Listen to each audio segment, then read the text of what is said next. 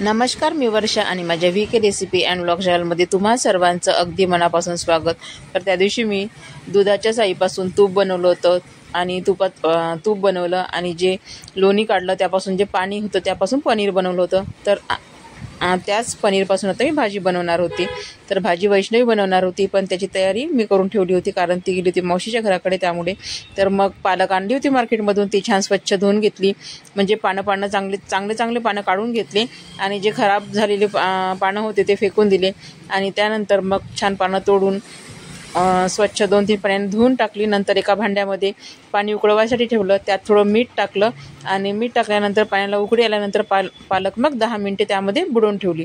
पूर्णपणे उकळवायची नाही पालक, कारण जर पालक पूर्णपणे उकळवली तर त्याचा जो अर्क आहे पालकचा तो पूर्णपणे त्या पाण्यामध्ये जातो आणि मग ते पाणी कसं आपण पूर्णपणे भाजीला काही वापरत नाही. त्यामुळे फक्त पाण्यामध्ये बुडवून ठेवायची पालक. आणि त्यामुळे मग पालकचा जो हिरवेपणा आहे, कलर जो आहे हिरवा कलर, तो कलर पण जात नाही आणि भाजीला पण छान कलर सुटतो. तर आता पालक छान पाण्यामध्ये बुडवून ठेवली होती आणि तोपर्यंत मी आंब्याचा रस बनवून घेतला. तर आणि नंतर मग कांद्याची पेस्ट आणि टमाटरची पेस्ट बनवून घेतली आणि आता भाजी फोडणी घालणार आहे. तर भाजी फोडणी घालायसाठी कढईमध्ये तेल गरम करून घेतलं, जिरा मोहरीची फोडणी दिली, त्यानंतर त्यामध्ये कांद्याची पेस्ट टाकून घेतली.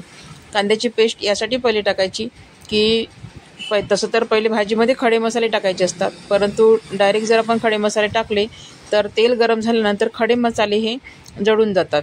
त्यामुळे पहिले कांद्याची पेस्ट टाकायची, नंतर आपल्याला जे खडे मसाले टाकायचे ते टाकायचं. तर आता कांद्याची पेस्ट टाकून घेतली होती, ती छान फिरवून घ्यायची. त्यानंतर त्यामध्ये गोडलिंबाचा पाला टाकायचा आणि मग आता खडे मसाले टाकून घ्यायचे. त्यामध्ये तेजपत्ता, भेंडी विलायची, कलमी, शहाजिरं आणि चक्रीफूल थोडंसं चक्रीफूल जास्त नाही टाकायचं कारण त्याचा जो फ्लेवर असतो तो खूप स्ट्रॉंग असतो आणि मग भाजी कशी अशी कडवटन मारते, म्हणजे कडू लागते थोड्या प्रमाणात. त्यामुळे चक्रीफूल एक केव्हाही थोडं टाकायचं अगदी. त्यानंतर मग 4-5 मिरे आणि शहाजिरं टाकून घेतलं आणि आता छान ते मसाले पूर्णपणे फिरवून घ्यायचे. जोपर्यंत कांद्याची पेस्ट हे चांगल्या प्रकारे भाजल्या जात नाही, म्हणजे जोपर्यंत कढईला तेल सुटत नाही तोपर्यंत कांद्याची पेस्ट चांगल्या प्रकारे भाजून घ्यायची. आणि नंतर त्यामध्ये आता टमाटरची पेस्ट टाकून घ्यायची. टमाटरची पेस्ट टाकल्यानंतर छान फिरवून घ्यायचं आणि याला पण तेल सुटेपर्यंत छान भाजायची टमाटरची पेस्ट पण. तोपर्यंत इकडे पनीर कापून घेतलं होतं तिने आणि आता टमाटरची पेस्ट पण छान शिजली होती. बघा, तेल सुटलं आहे मधामध्ये, जसे तेलाचे बुडबुडे दिसतात ना, म्हणजे पेस्ट छान शिजली. जोपर्यंत असे तेलाचे बुडबुडे दिसत नाही तोपर्यंत कोणताही मसाला छान भाजायचं. आणि पालक पनीर हे भाजी जरी एक असली तरी पण प्रत्येकाची बनवण्याची पद्धत ही वेगवेगळी असते. तर असो.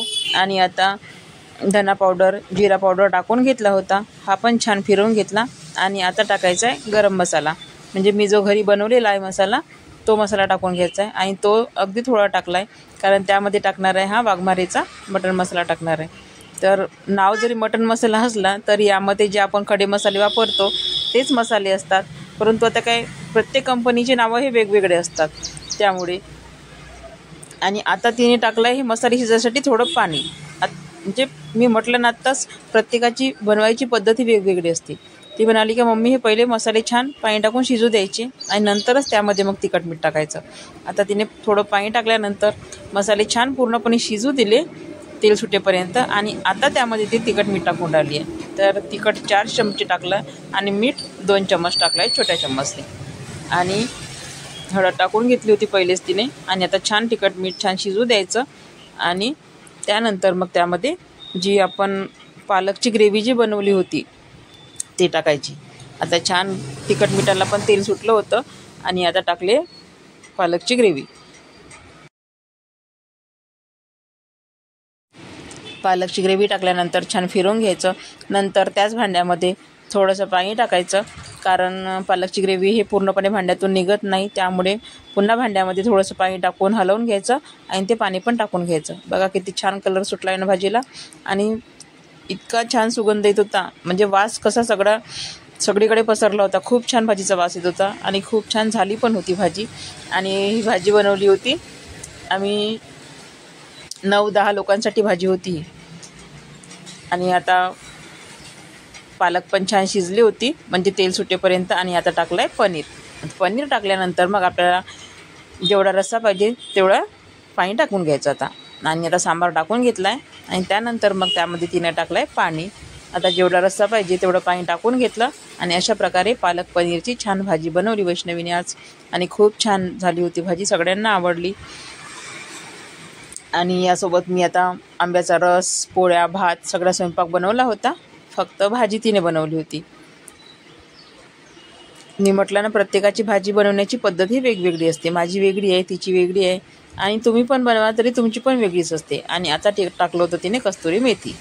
तर बघा, आणि छान पुन्हा तेल सुटेपर्यंत भाजीला छान शिजू दिलं. आणि आता केलं आहे देवासाठी नैवेद्य पहिले ठेवून घेतला. आणि हे आले होते तर यांना पण ताट करून दिलं. तर कशी वाटली पालक पनीरची रेसिपी ते नक्की कमेंटमध्ये सांगा. आणि व्हिडिओ आवडल्यास नक्कीच लाईक, शेअर आणि सबस्क्राईब करा. आणि पुन्हा भेटू एका नवीन व्हिडिओसह. तोपर्यंत सर्वांना बाय बाय.